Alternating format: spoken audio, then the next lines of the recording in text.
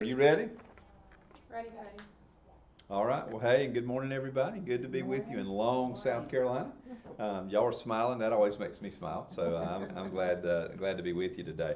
We're continuing our series on conflict and challenging people, and sometimes that can be us, by the way. So don't think that that excludes you, because you can be a little bit conflicting and challenging sometimes too, right? Yes, yes. Okay, yeah. All right. I just want to make sure I was talking to the right crowd. All right, so here's the thing. So, when is the right time for a successful leader to move on to a new position?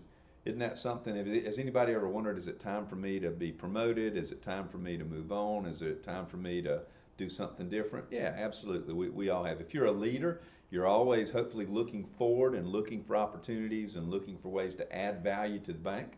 And so if you're a leader and you're doing that, then at times there's going to be opportunities that are come your way. And so you'll develop a little restlessness sometimes. Anybody ever had that where you just kind of had this feeling about things, a little uneasy or maybe a little anxious or might even be excited?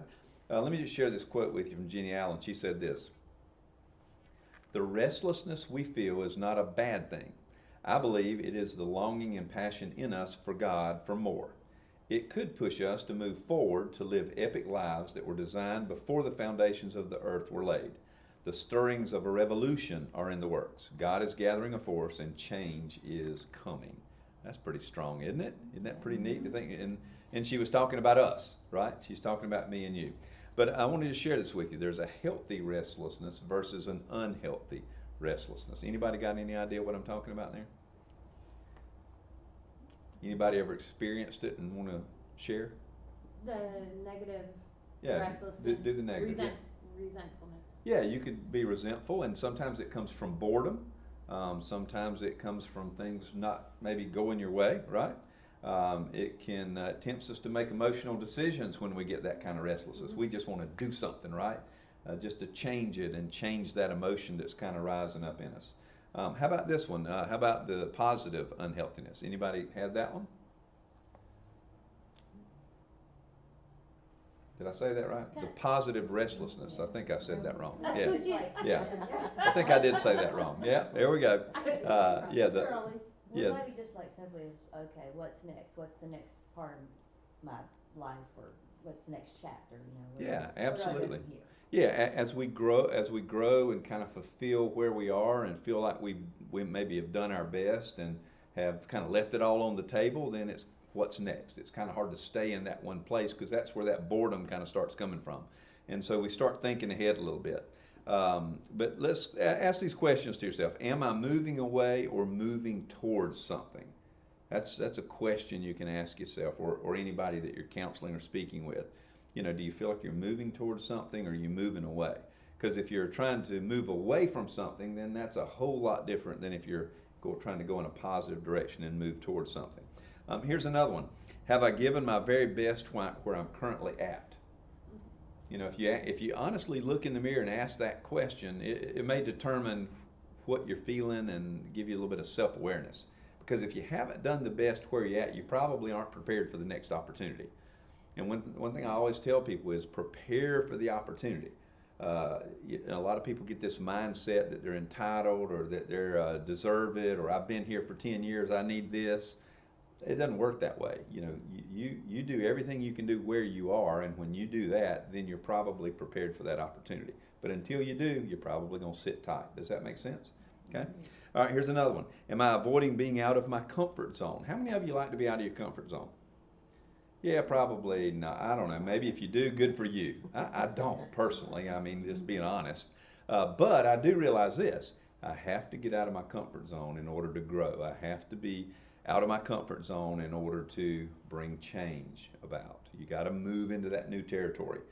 So make sure that you are embracing the idea of being out of your comfort zone. But a lot of times, the comfort zone, we're fearful of what? Failure. Yeah, we really don't want to be there, because what if it doesn't work out? What are people going to say? Right? I was sharing with these ladies a little earlier, and I told a group yesterday, just think about it. So what if you fail? 100 years from now, nobody's going to even know you were alive. So, right? So the point is that it's okay, all right? But you're not going to accomplish anything great if you don't take some risk. So you got to take some chances. Here's another one. Am I patient and preparing for the opportunity? Am I patient and preparing for the opportunity? That just simply means that, you know what? I'm working hard. I'm building value in myself so that when opportunity comes my way, I'm ready to step into it.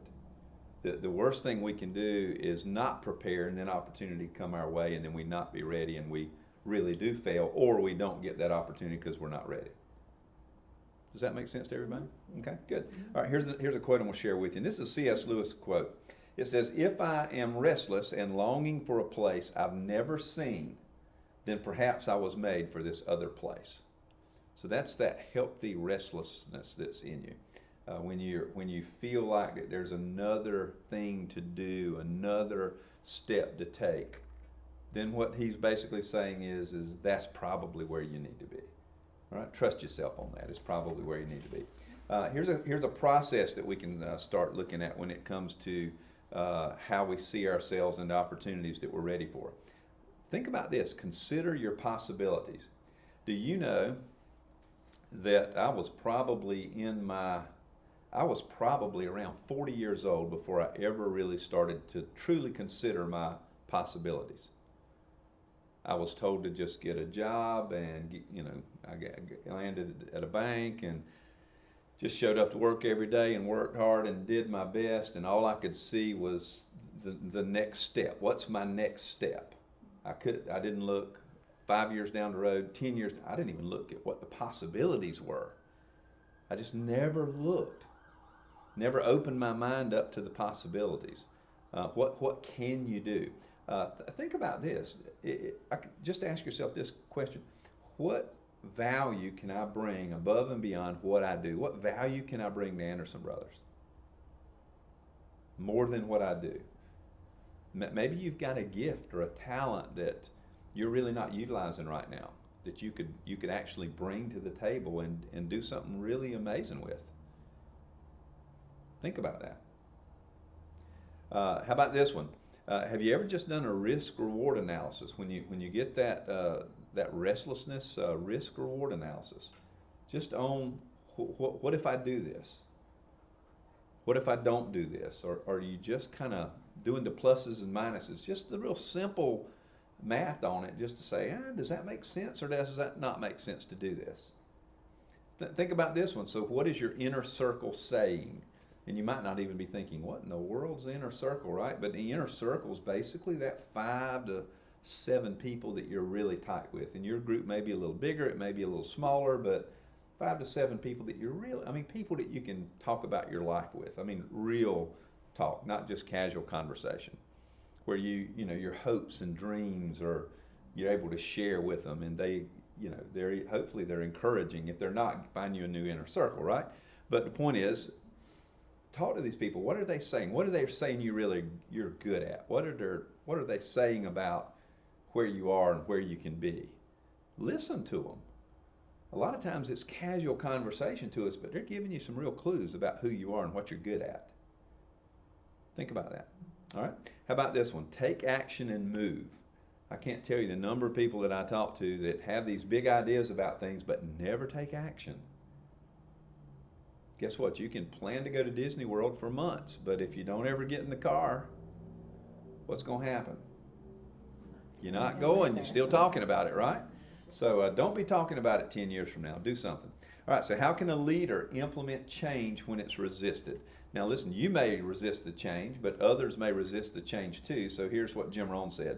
You cannot make progress without making decisions. You got to make a decision and move forward.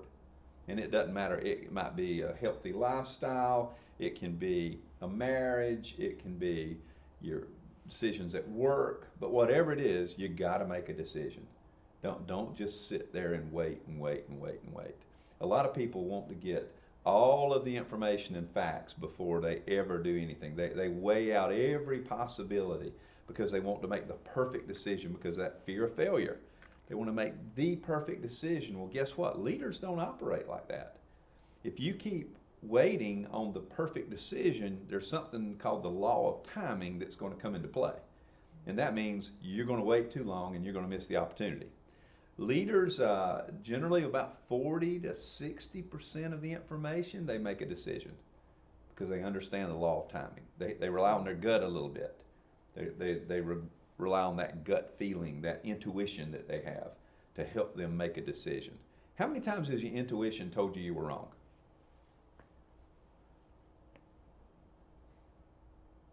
Has your intuition ever been wrong? I'll rephrase that. Yeah. Your intuition's been wrong? Sometimes. Your gut feeling's been wrong? No. Mm-mm. Mm-mm. I don't know. Tell me if it has. I've never met anybody that said Most of it the was time wrong. You trust your gut, that's what people Yeah, say. yeah. Trust instinct. Yeah, but if we don't trust our gut, what happens? Then we say, I knew that. I had a feeling about that, right? Isn't that what we do? The other way. Yeah. So the point is that when it comes to making decisions, sometimes you have to kind of trust your gut. And that's kind of a little faith piece. You got to have a little faith in yourself and understand that, you know what, these feelings I have about these things are usually right. So you have to kind of go with your gut sometimes with that. All right, so here we go. Change what needs to be changed, not what is easy. That's tough, isn't it? Mm-hmm. A lot of times we make the changes on easy things instead of dealing with the tough things that really need to be changed. So make sure you're thinking about that. Put yesterday on let go. All right? Don't stay focused on the past. I can't tell you, and I know I fight it too, but our mind keeps going back to, how many of you think about things that happened 30 or 40 years ago sometimes? Some of you aren't that old, but you understand what I'm saying. Let me put Yeah. my hand down. Yeah. Yeah, your mind, yeah, Look at okay. me, right? Yeah, your mind goes back, it's you and me, all right, so you and me. Your mind goes back to stuff that happened 30 years ago, and you go, what? Why am I thinking about that, right? So put all that stuff in the past and move forward. Just have one gear, all right? Go forward. All right, so here's the thing. Focus on tomorrow, all right? Focus on tomorrow. Because I promise if you're thinking about the past, you're not focusing on tomorrow. And tomorrow's what's really going to count for you. So keep the change simple and powerful. When you're making changes, keep it simple, keep it powerful. All right, make sure it's a change that matters. Here's another one. Be energized rather than paralyzed. If you keep it simple, you can keep your energy up. And if you make the change too complicated, guess what? It's going to paralyze you. Y'all have heard that thing, paralysis by analysis, right? Yeah, don't fall into that trap because it's a real trap. And here's the thing, for people, remove barriers for them. If you've got outdated systems, change it. Complicated procedures, change it. Difficult people, change them too, all right? Because here's the thing, you've got to move forward. You've got to move forward. So make decisions about those things, okay? There's something called the need for speed. And in leadership today, things are changing, right? Yeah. Things change constantly. Mm-hmm. And as they change, you better be willing to change with them. And if you don't, what happens? You get left, right? So as a leader, we got to move forward. So here's another one. How do you change your mindset from producer to leader? How do you do that? From producer to leader. I'm going to share a couple of thoughts with you here. And here it is. If you're a producer, you typically are very task-focused. So in other words, you've got something to do, you've got a goal sitting there, you've got something that you want to accomplish, and that's what you focus on. All right, you're just going to knock that out because you're a producer. Not a bad thing, right? Not a bad thing. But think about this: if you're a leader, you're team focused as well. You're going to produce results, but you're focused on the team and what everybody else is doing too. So in other words, I want to help everybody move the ball forward. Okay, not just myself. All right, a producer feels indispensable. Okay, I'm producing, I'm hitting big numbers, I'm indispensable, right? I'm the guy who hits my goals. It's easy to start feeling indispensable, right?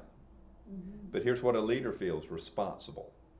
Okay, a leader's going to feel responsible for the team and how everybody else did as well. Even though it might not necessarily be their numbers, a leader's still going to be responsible because, listen, a leader wants everybody to cross the finish line together, right? A producer is only worried about who? Me, right? I'm producing, I hit my number, how about you?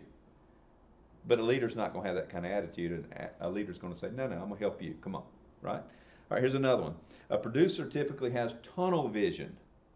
right? That's how they knock out those lists and those tasks so easily, tunnel vision. But a leader has broad vision, sees a much bigger picture. You know, there was a point in my banking career when I was really worried about my portfolio. My portfolio. That was what my focus was. Say that again? You weren't worried about anybody else. Yeah, I really wasn't worried about anybody else. As long as my past dues were in line, as long as I was hitting my numbers, Yeah, and as yeah, long as yeah. my ticklers were squared away, right? You know, as long as my numbers looked good and I was growing year over year and my evaluation said this and I was above it, I was golden, right? But a leader, right, is thinking much bigger, a much broader vision than that. And so that's something we need to think about. How about this one? A producer asks, "How can I help?" That's nice, isn't it? That's good. But a leader says this: "What can we do?" Right? Still much bigger, right? Much bigger. A producer thinks small. Again, tunnel vision, my portfolio. The leader's thinking much bigger, entire bank, right? Or entire financial industry, or you see what I mean? We were interviewing a potential pastor for our church, and just give you an example of how he is a leader, and here's why. I hadn't talked to him but just a few days, and we're talking about him coming to our church. Well, he comes back to me and says, "Do you know how many churches are in South Carolina?" I got no clue. How many? He said, "Well, there's probably 3,000. And here's what we can do to help those churches." He hadn't even gotten here yet, and he's already talking about the state, not just our church. And I thought, wow, what a leader, what a vision. See what I mean? He's already figuring out how he can help more people and expand his influence than just one church. See what I mean? See the mindset. All right, here we go. Here's a quote for you. There's just somebody in China must have wrote this quote because it's got some typos, but it'll be okay. We'll get through it. All right, it's all your mind. Here's what it says: whatever you hold in your mind will tend to occur in your life. And I'm obviously adding some words there. If you continue to believe as you have always believed, you will continue to act as you have always acted. You will continue to get what you've always gotten. If you want different results in your life or your work, all you have to do is change your mind. Right? Change your mind. Here's what I want to challenge you to do, and that is that if you find yourself, think about it. Do I have programmed thinking? Am I doing what I do every day at home, at work? Am I doing it because that's the way I've always done it? That's the way I've seen it done in my life, so I'm just duplicating what's been done? Or are you thinking outside the box a little bit? Are you doing it your way? Are you doing it the best way? I was with a group of guys yesterday, and I told them, I said, "Listen, guys, let me ask you this. Would it make a difference in your marriage if you went up to your wife every day and you said, 'I want to thank you for marrying me. It's been the best decision of my life, and it's your fault. Right? Thank you. Thank you for marrying me.'" I said, "Would that make a difference?" One of them said, "Well, my wife would pass out." So anyway, but here's the thing. Here's the thing. I said, would it make a difference if you said that every day for 365 days? At the end of 365 days, would it? I said, that's a simple thing. It's going to take you like 4 seconds to say that. So I said, 365 days, would it make a difference? Every guy in the room said, yes, that would make a difference. And I said, well, why aren't you doing it?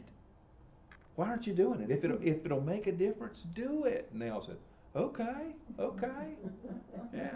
So next week I'm gonna say, all right, did you tell her? Did you tell her? So I'm gonna hold them accountable. So everybody's gonna crawl under the table when I do that. But here's the point. Think outside the box. Are you doing the very best you can? All right. So here we go.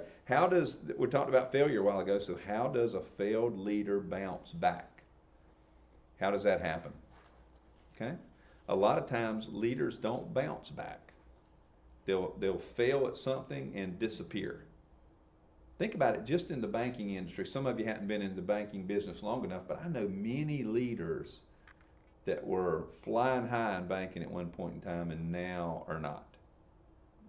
for whatever reason. Even in your bank, I got ideas and thoughts coming to mind of people that I know who have been doing really well and then just didn't get it done, right? Just have failed for whatever reason. And it's tough to bounce back unless you have the right mindset to do it. So here's the thing. Ask yourself the question, what went wrong? What went wrong with me? Listen, you can't change the circumstances, but you have to say, what can I improve with me? Because you can't change what may happen if you fail, but you have to ask yourself, what went wrong with me? What can I change and do differently? So that's a very serious question to ask yourself. So from another standpoint, emotionally, are you capable of coming back?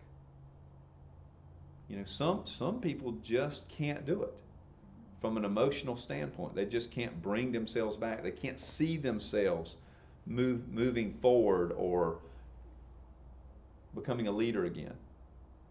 That they have this mindset that just says, I can't do it, for fear of what people may say or what people may think.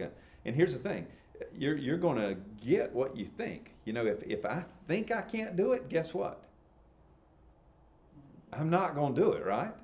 But if I think I can, I may have some setbacks and some naysayers, but guess what? I can, because now my goal is to prove you wrong, right? Right. Okay? So here's the thing. So ask yourself this question. Have you learned and can you adjust? So if you have a failure, can you learn from it and can you make the adjustment? And I hope you can. I hope your answer to that is absolutely. I'm not going to be scared to fail, and I'm going to adjust and get better from it. You know what happens with most people is they see failure as a setback rather than an opportunity. And so if we see failure as an opportunity every time it comes, boy, our whole attitude towards failure changes, doesn't it? Right. So the point is, if it doesn't work out for me and I just say, well, hey, man, what did I learn from that? I'll do this better next time. That's a whole lot different than doing this and going, boy, I'm never going to try that again, right? You're right? I mean, it's like touching an electric fence. You're just not going to do that again, right? So the point is that, well, there was a terrible joke just came into my mind, but I'm not going to repeat it here. All right, so here's the thing. Beautiful things happen in your life when you distance yourself from all the negative things. Yes, that is true. What I said earlier about the inner circle, just reiterate it to you again. If you have people in your life who are negative, who don't believe that you can do things, who tell you that you'll never accomplish this, or you'll never have the happy marriage, or you'll never be a VP in the bank, or you'll never be president of the bank, or whatever your dream is. I don't know what your dream is, but whatever your dream is, if you have people saying, well, you'll never get that, you'll never get there, you need to change friends. Doesn't mean that even family members, you can't change family members, but you know what? You can distance yourself from them, and you need to.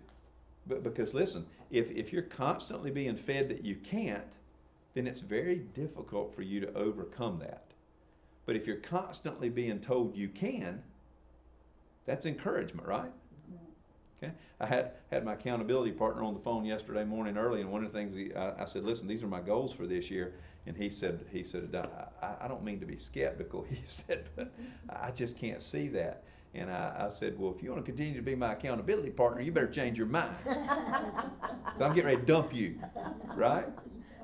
And we laughed about it, and he knows that my goals are a stretch goal. My goals are big goals, all right? I got big goals. And he knows it's a stretch, and I know it's a stretch. But you know what? If I don't try, right? And I even put my goals out there. You know, I've been in classes and thrown my goals out there, and people just go, how are you going to do that? Well, I'm not exactly sure yet, but boy, I'm working on it, all right? I'm working on it. All right, so here's the thing. Remove yourself from all the negatives, all right? Remove yourself.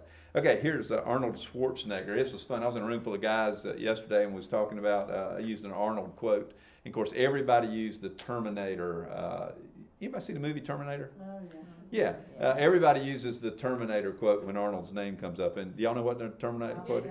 I'll be back. You got it. Okay, here we go. So here's the 6 rules from Arnold. Here it is. 1, trust yourself. That was a terrible Austrian accent, wasn't it? But anyway, trust yourself.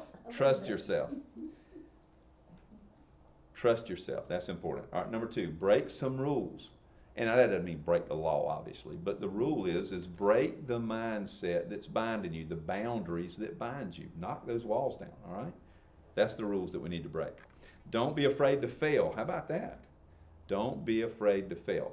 Y'all have heard me use the Walt Disney quote, and I'm always amazed at the sheer volume of declines he got. 301 declines before 302, the bank, Yes. approved him for a loan for Disney World. Yep. Think about that. Isn't that amazing? 300 times. Whew. All right, here we go. So ignore the naysayers. Man, I told you about my accountability partner yesterday. I'm glad we weren't together. I'd have spilled my coffee on him or something. But here's my point, okay, is that ignore the naysayers. Move yourself away. And when people say you can't, don't listen to them, all right? You chase whatever it is that you are chasing. Wherever you think you can end up in the bank, you can end up there. Right? You just have to work hard to get there. Prepare yourself for that opportunity and get there. All right. He says, number 5 here, work like Hades. All right. Work like Hades. Put the work in. Listen, you can have all the big dreams in the world you want, but if you don't put the work in, it ain't going to happen. You've heard me say this before. Everything worth having is what? Uphill. Right? How many of you have ever walked uphill and it wasn't just pure work? Yeah, everything up, it's just work, right? Climbing is work, but everything worth having is uphill. Right, think about that. And here's the last one I'm going to share with you, and I'm about out of time, and that is give something back. We were talking about Will Rogers this morning, so that was kind of funny that that came up, but Will Rogers now, if you look into his life, he was a man who gave back. I mentioned Andrew Carnegie, another guy. He spent his first half of his life accumulating this huge fortune. And he said, I'm going to spend the second half of my life giving it all away. And of course, the Carnegie Foundation today still giving away $350, $400 million a year, 100 years later. So he had a pretty large fortune. So still giving away lots and lots of money. So the point is, we need to give back. You know, think about this. You can say, well, I don't have any money to give. I'm not really talking about money. How about your fellow employees? How about giving back to them? Helping them. How about people who maybe some of you have advanced in your careers? You got a chance to take new people in, mentor them, you know, give back to them, help them not make the same mistakes you did, or see things in a way that's a positive and encouraging way. Even at home, right? Give back. Be a giver, not a net taker. And sacrificially give at home. It makes a huge difference. Just like I was talking about with those guys, you know, just tell your wife one thing. You know, just one thing. Will it move the needle? Yes, it will. And when the needle moves, guess what? It's easier for it to move again, right? Do you understand the law of momentum? John Maxwell calls it the big mo, right? If you've got momentum in your marriage, and I'm on borrowed time here, but if you've got momentum in your marriage, it covers up a lot of problems, right? If you've got momentum at work, it covers up a lot of problems. Think about this. You guys are probably going to have one of the best years you've ever had this year as a bank. Think about 10 years ago when you weren't really hitting on all cylinders, for those of you who were here. How many of you were here 10 years ago? Yeah. All right, ladies. 10 years ago, you didn't have momentum, right? Well, not as much. Yeah. Well, the reality is the banking industry was struggling, right? And It's and going back 10 years. yeah. Yeah. So here's my question. What were the issues then that aren't maybe so big issues now? Mortgage. Okay. Think about it. Past dues aren't as big an issue now, right? Well, that was in Yeah. recession time. Yeah, well, that's what I'm saying. It doesn't matter. I'm just saying you didn't have momentum. So here's the thing. The little things were a big deal 10 years ago because you didn't have momentum. The regulators were a big deal, right? There are lots of things that were big deals 10 years ago that aren't as big a deal now because you've got momentum. The same thing in your marriage. If you've got great momentum in your marriage, then the little things are not going to be as painful, right? Does that make sense? Okay. So the point is create momentum. Create momentum professionally. Create momentum in your personal lives. And it'll help you move things down the road a lot quicker. And I'm totally out of time. Love you guys. Thank y'all for letting me be with you. All right. Yep. Thank you. Appreciate y'all.